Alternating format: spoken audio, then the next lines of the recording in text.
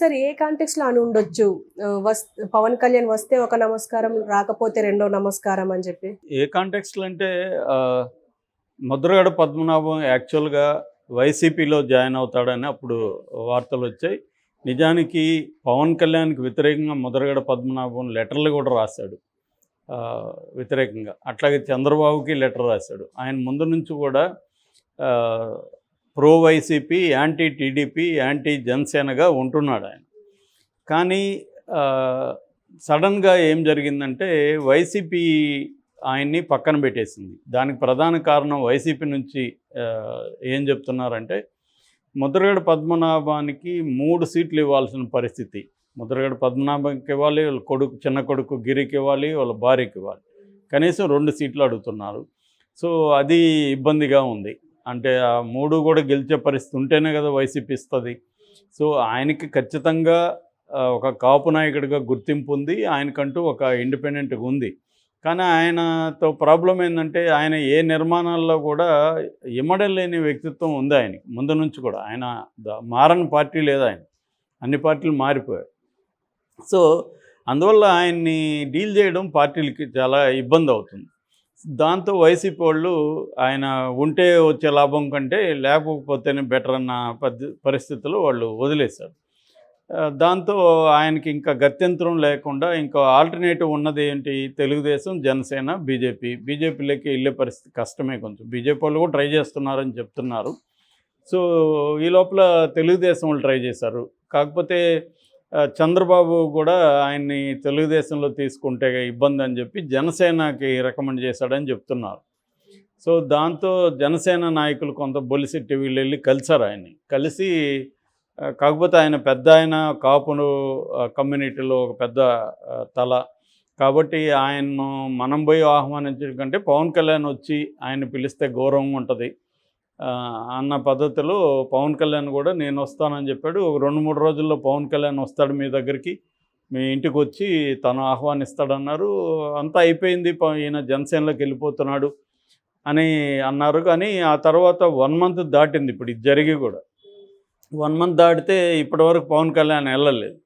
So దాంతో ఎవరో నిన్న అడిగారు ఆయన్ని, ఏంటి పవన్ కళ్యాణ్ వస్తానన్నారు కదా, నెల దాటింది రాలేదంటే ఆయన తన పద్ధతిలో వస్తే ఒక నమస్కారం, రాకపోతే 2 నమస్కారాలు, ఆయన వచ్చినా రాకపోయినా నాకు పెద్ద ఫరక్ పడదు అని ఆయన డిసైడ్ అయిపోయాడు. ఎందుకంటే ఆయనకి టికెట్ ఇచ్చే పరిస్థితి లేదనేది ముద్రగడ పద్మనాభకి అర్థమైంది.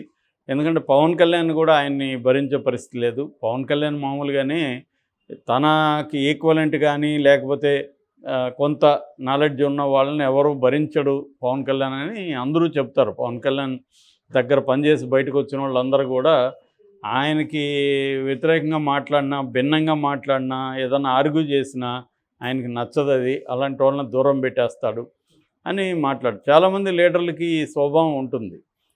వాళ్ళకి ఒక రకమైన ఇన్సెక్యూరిటీ ఉంటుంది.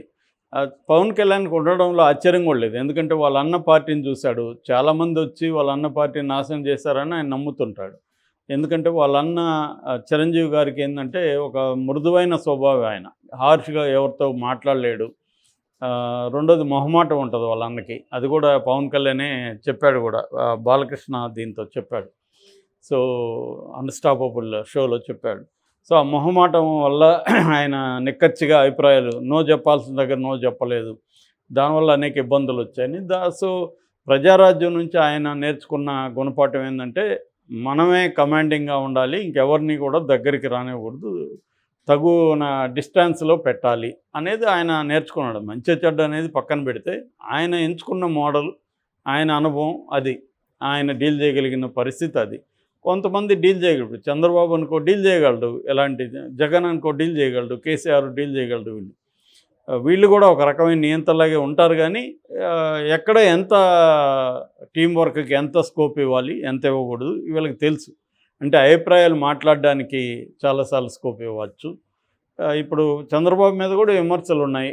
మురళీమోహనే ఆ మధ్య ఇంటర్వ్యూలో చెప్పాడు, నేను ఏదన్నా ఒక అభిప్రాయం చెప్పదామని వెళ్తే ఆయన ముందే ఆయన అభిప్రాయాలు చెప్పేస్తాడు టక. ఇంక మనం దానికి భిన్నంగా ఆయన అంత ఉత్సాహంగా చెప్తా ఉంటే మనం అది తప్పు అని మనం చెప్పాలంటే మనకి భయం వేసి మనం చెప్పకుండా వచ్చేస్తాము.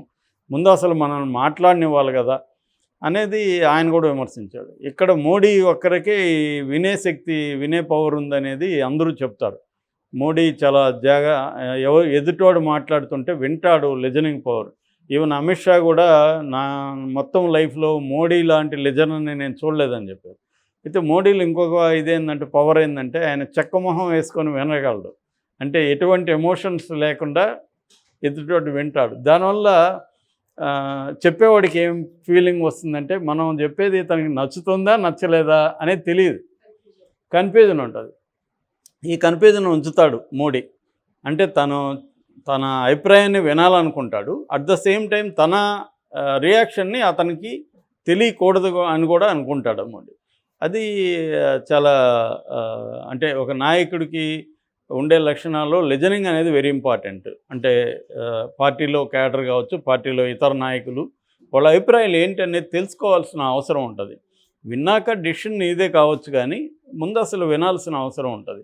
కొంతమంది ఏమంటే ఇన్సెక్యూరిటీ ఉంటుంది, ఎక్కడ వీళ్ళ నన్ను ఇన్ఫ్లుయెన్స్ చేస్తారో అని చెప్పి ముందుగానే దూరం పెట్టేస్తారు. పవన్ కళ్యాణ్ అయితే అసలు వినడానికి కూడా ఇష్టపడ్డా అనేది చెబుతారు. నేను 2 సార్లు కలిశాను.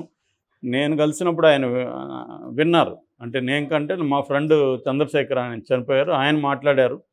2 గంటలు ఫస్ట్ మీటింగు, తర్వాత 4 అవర్స్, 2 అవర్స్, 6 అవర్స్ వేసుకుంటే 6 అవర్స్లో పవన్ కళ్యాణ్ కనీసం ఒక 4 గంటలు విన్నాడు.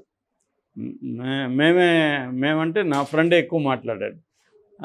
అప్పుడైతే విన్నాడు, మొత్తం అభిప్రాయాలు విన్నాడు, నచ్చింది ఆయనకి మా ఫ్రెండ్ చెప్పిన అభిప్రాయాలు, అలాగా ఉనింది. కానీ చాలామంది ఆయనతో కూడా రెగ్యులర్గా పనిచేసేవాళ్ళు చెప్పేది ఏంటంటే ఆయనకి ఎవరైనా ఇండిపెండెంట్గా అభిప్రాయాలు చెప్తే నచ్చదు అనేది చెప్తారు. అలాగా కూడా ఇబ్బంది ఉంది. రెండోది ఆయన్ని అకామిడేట్ చేయాలంటే అదేదో ఫ్యామిలీ ప్యాక్ లాగా ఆయన ఒక్కరి కోసం అంటే ఆయన చిన్న కొడుకు, కోడలు వాళ్ళనంతా అకామిడేట్ చేసే పరిస్థితిలో జనసేన లేదు. ఎందుకంటే జనసేనకి ఇచ్చేదే 20 నుంచి 25 ఇస్తారు, అంతకంటే ఎక్కువ ఇచ్చే పరిస్థితి కనబడలేదు. ఎందుకంటే తెలుగుదేశం మీడియా కూడా లీక్ చేసింది, ఆంధ్రజ్యోతిలోనే రాశారు క్లియర్గా.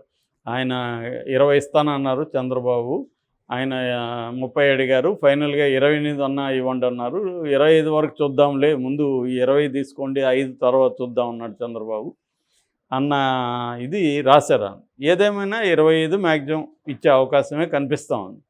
సో ఇటువంటి కాంటెక్స్ట్లో ఆయన అకామిడేట్ చేయలేడు ఇప్పుడు. ఎందుకంటే తనకి కొత్తగా జాయిన్ అయ్యే వాళ్ళు కూడా పెరుగుతున్నారు మెల్లగా జనసేనలోకి. వైసీపీ రెబల్స్ కావచ్చు, ఇటు తెలుగుదేశం నుంచి ఆశావాహులు ఉంటారు, తెలుగుదేశంలో అందరికి ఇవ్వలేరు. అప్పుడు వాళ్ళు ఏం చేస్తారు, ఇండైరెక్ట్గా జనసేనలోకి వెళ్ళి మళ్ళీ అదే కూటమి కదా, గెలిచినాక మళ్ళీ తెలుగుదేశంలోకి రావచ్చు. చంద్రబాబు కూడా అట్లాంటి దాన్ని ఇండైరెక్ట్గా ప్రోత్సహించవచ్చు. ఎందుకంటే ఆయనకి జనసేనలో కంటే కూడా జనసేనలో తన మనుషులు ఉంటే బెటర్ కదా, కంట్రోల్ ఉంటుంది జనసేన.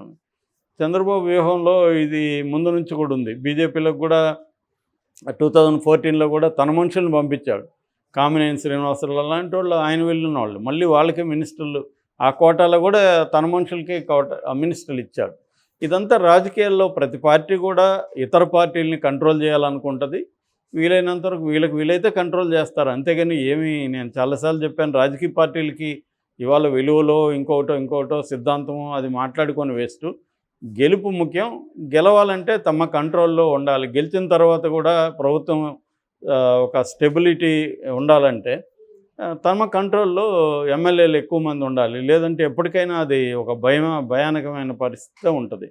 సో ఈ కాంటెక్స్ట్లో పవన్ కళ్యాణ్ బలం అంతా కూడా కాపుల బలమే. అతనికి ఎన్ని కథలు చెప్పినా అతని బలం అంతా ఎందుకు అతను తూర్పు పశ్చిమ గోదావరి, ఉమ్మడి గోదావరి జిల్లాల్లో కాన్సన్ట్రేట్ చేస్తున్నాడంటే కాపు సామాజిక వర్గం అక్కడ పోలరైజ్ అయ్యి ఉంది, అక్కడ కాన్సన్ట్రేట్ అయ్యి ఉంది. కాబట్టి తన బలం అదే. ఆయన నా కులం లేదు, మతం లేదని పైకి ఎన్ని చెప్పినా పవన్ కళ్యాణ్ బలం కాపు బలమే. అది లేకపోతే పవన్ కళ్యాణ్కి బలం లేదు. అందుకని రాయలసీమలో కానీ మిగతా చోట్ల కానీ పవన్ కళ్యాణ్ ఇంట్రెస్ట్ చూపించట్లేదు.